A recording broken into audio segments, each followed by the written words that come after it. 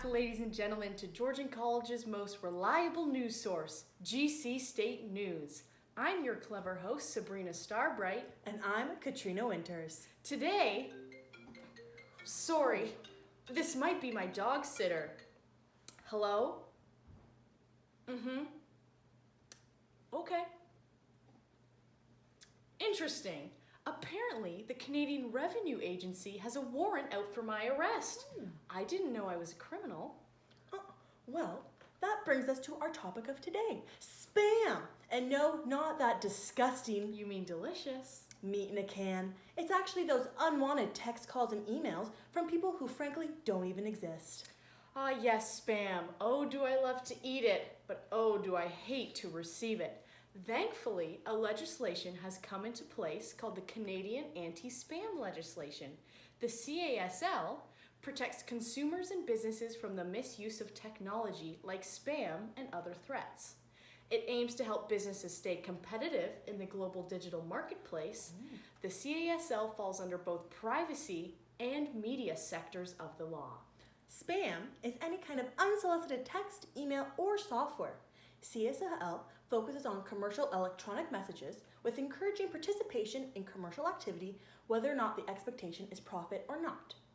The CASL, created in 2014, reinforces best practices in email marketing, combats spam, issues including identity theft, spread of malicious software, viruses, worms, trojans, and malware. Oh, wow, who knew? Did you also know that in 2014, Canada was home to 7 of the world's top 100, yes, 7 of the world's top spamming organizations. In 2017, there were only 2. Now Canadians receive less spam, 29% less spam to be exact, in Canadian inboxes. Now, what is the reason for this legislation? Well, Sabrina, I'll tell you. The reason for this legislation is because spam emails were becoming a big issue amongst Canadian small businesses and consumers. Canadians made more than 137,000 complaints to the Spam Reporting Centre. Emails sent without consent were one of the top reasons for these complaints. These figures show that the CASL is an increasingly important tool for Canadians. This both benefits consumers and small businesses.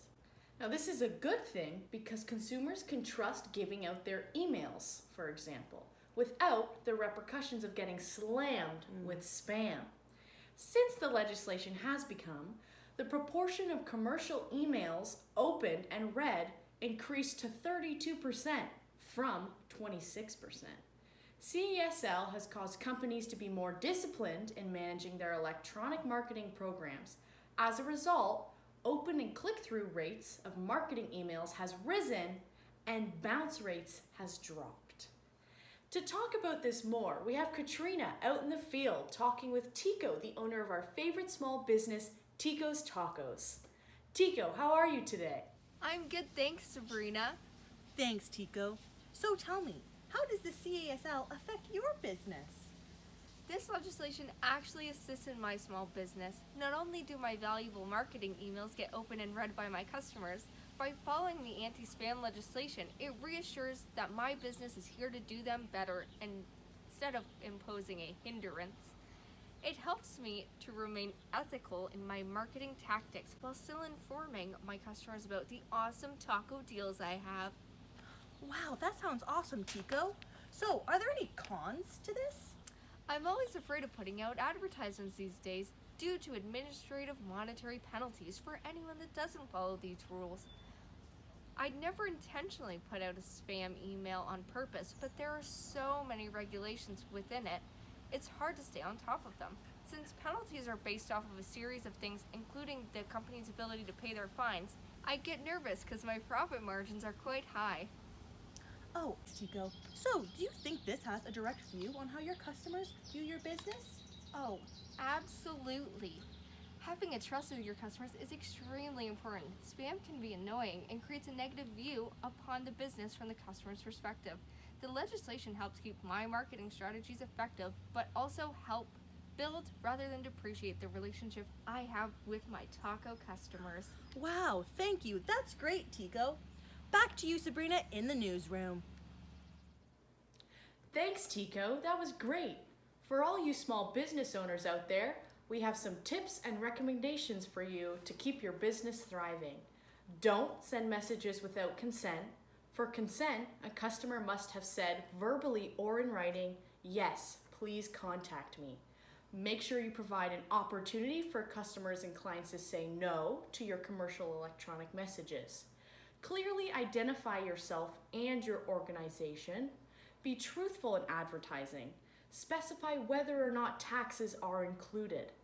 Make sure to always brush up and understand all the regulations associated with the legislation. We don't need anyone getting fined for something that can be prevented. And remember, don't be a spammer. Thank you again for your time today, and please join us for our next segment on the E. coli outbreak from locally owned taco shop in our fair city. Hold on. I think I'm getting the name for it right now. Tico's Tacos. Isn't that the... Tico!